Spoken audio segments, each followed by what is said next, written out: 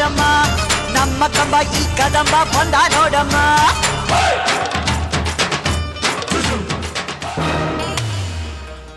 ಶಿವರಾಜ್ ಶಿವರಾಜನೆಂಬುದು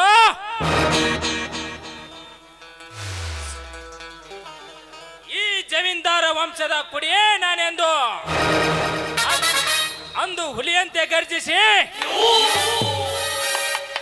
ನನ್ನನ್ನೇ ಅಳಿಗಾಡಿಸಲು ಪ್ರಯತ್ನಿಸಿದೆಯಲ್ಲ. ಲೇ ಮರಿ ಮಳ್ಳ ಕುರಿ, ನಿನ್ನಂತ ನರಿ ಕೂಗಿಗೆ ಈ ಬೆಟ್ಟ ಎಂದು ಅಳಗಾಡಲ್ಲ ಕಣೋ. ನಾ ಹೇಳುವ ಒಳ್ಳೆ ಮಾತಿನಿಂದ ನಿನ್ನ ಪ್ರಾಣ ಉಳಿಸಿಕೊಳ್ಳುವೆಯಾ, ಇಲ್ಲ ನನ್ನೊಂದಿಗೆ ವೈರತ್ವ ಬೆಳೆಸಿ ನಿನ್ನ ಪ್ರಾಣ ಕಳೆದುಕೊಳ್ಳುವೆಯಾ?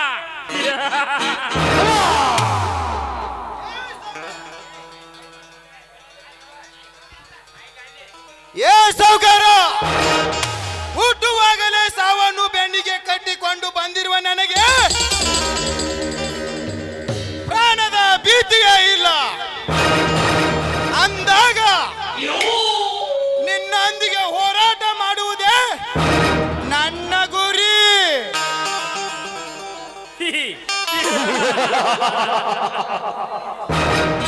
ಗುರಿ ಸಾಧಿಸುತ್ತೇನೆಂದು ಬಂದ ನಿನ್ನಂತ ಕರಿ ನೀ ಹರಿಯದೆ ಹಾರಾಡಿದರೆ ಕರಿ ತೆಗೆದುಕೊಳ್ಳದೆ ಬಿಡಲಾರ ಈ ವಾದಿರಾಜ್. ಕರಿ ತೆಗೆದುಕೊಳ್ಳುತ್ತಿನಿಂದವರ ಸಿರಹರಿಯಲು ನರಹರಿಯಾಗಿ ಬಂದಿದ್ದಾನೆ, ಅವತರಿಸಿ ಬಂದಿದ್ದಾನೆ ನನ್ನ ವೀರ ಪರಶುರಾಮ ಅಂದಾಗ ನಿನ್ನಂತವನ ಗೊಡ್ಡ ಬೆದರಿಕೆಗೆ ಬೆದರಲಾರ ಈ ಶಿವರಾಜ ನಿನ್ನೊಂದಿಗೆ ಹೋರಾಡಿ ನನ್ನ ಆಸ್ತಿ ಪಡೆದುಕೊಳ್ಳುವುದೇ ನನ್ನ ಬಲವಾದ ಛಲ.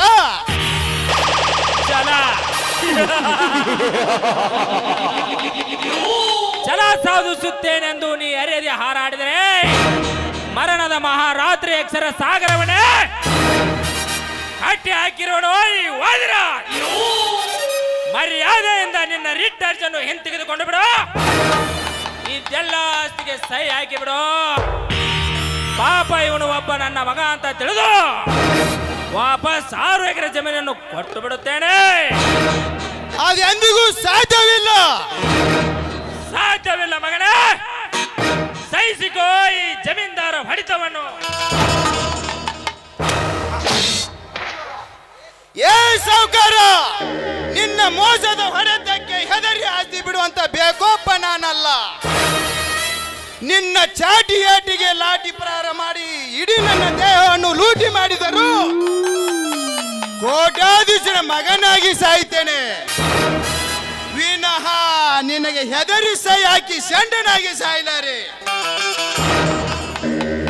ಕನ್ನಡ ನಾಡಿಗೆನೆ ಗಂಡನೆಂದು ಹೇಳಿಕೊಳ್ಳುವ ನಿನ್ನಂತ ಪುಂಡನಿಗೆ ಪುಂಡನಾಗಿ ಹಾರುವೆಯ ಕೊನೆ.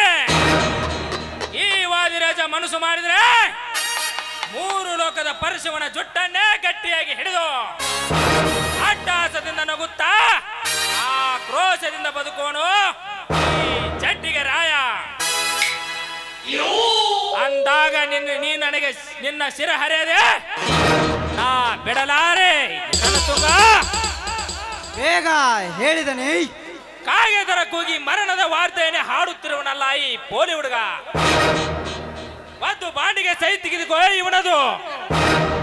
ಇವನು ವಧು ಅತಿಕ್ರಮಣದ ಬಾಂಡಿಗೆ ಸೈ ತೆಗೆದುಕೊಳ್ಳುವುದಕ್ಕಿದ್ದಾನೆ. ಇವನ 3 ಎಕರೆ ಹೊಳೆದಂಡೆ ಆಸ್ತಿಯ ರಾಜವಂಶದ ಮುಕುಟಕ್ಕೆ ಕೈ ಹಾಕಿದ ಇವನ ಗಾಢ ದೇಹಕ್ಕೆ ಗುಂಡಿಕ್ಕಿ ಇವನ ಎಲ್ಲ ಸರ್ವಾಸ್ತಿಗೆ ನಿಮ್ಮನನ್ನೇ ದೊಡ್ಡ ದಣಿಯನಾಗಿ ಮಾಡ್ತೀನಿ.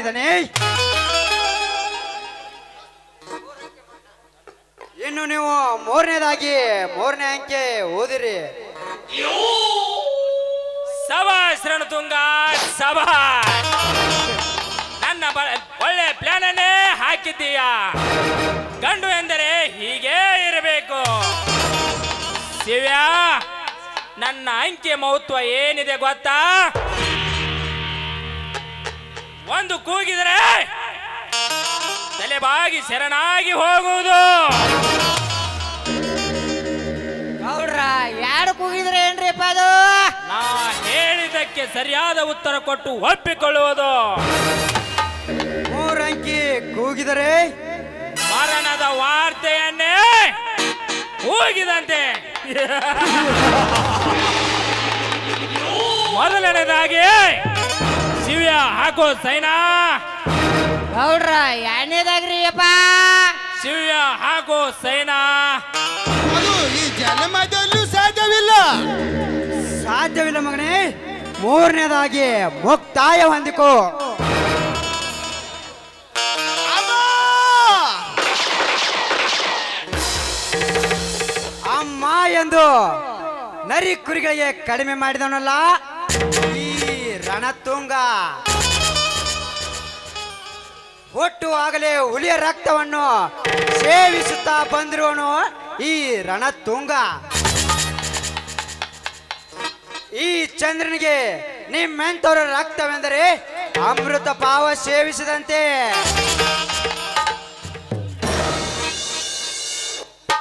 ಆಗುವುದಿಲ್ಲ ಅಂದರೆ ಒಪ್ಪಿಕೋ ಮಗನೇ.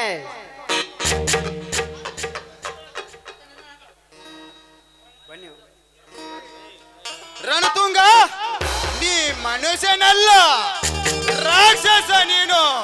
ಎತ್ತು ಮಾತಾ ಪಿತರ ಕುತ್ತಿಗೆ ತೆಗೆಯಲು ಹಸಿದೆ ಹೇಸಿಗೂ ತಿನ್ನುವ ನಾಯಿ ನೀನು.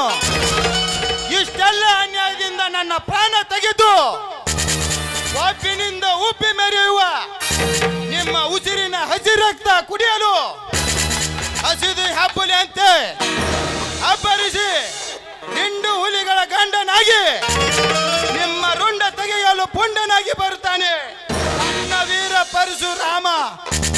ನನ್ನ ವೀರ ಪರಶುರಾಮ. ಸೀತಮ್ಮ,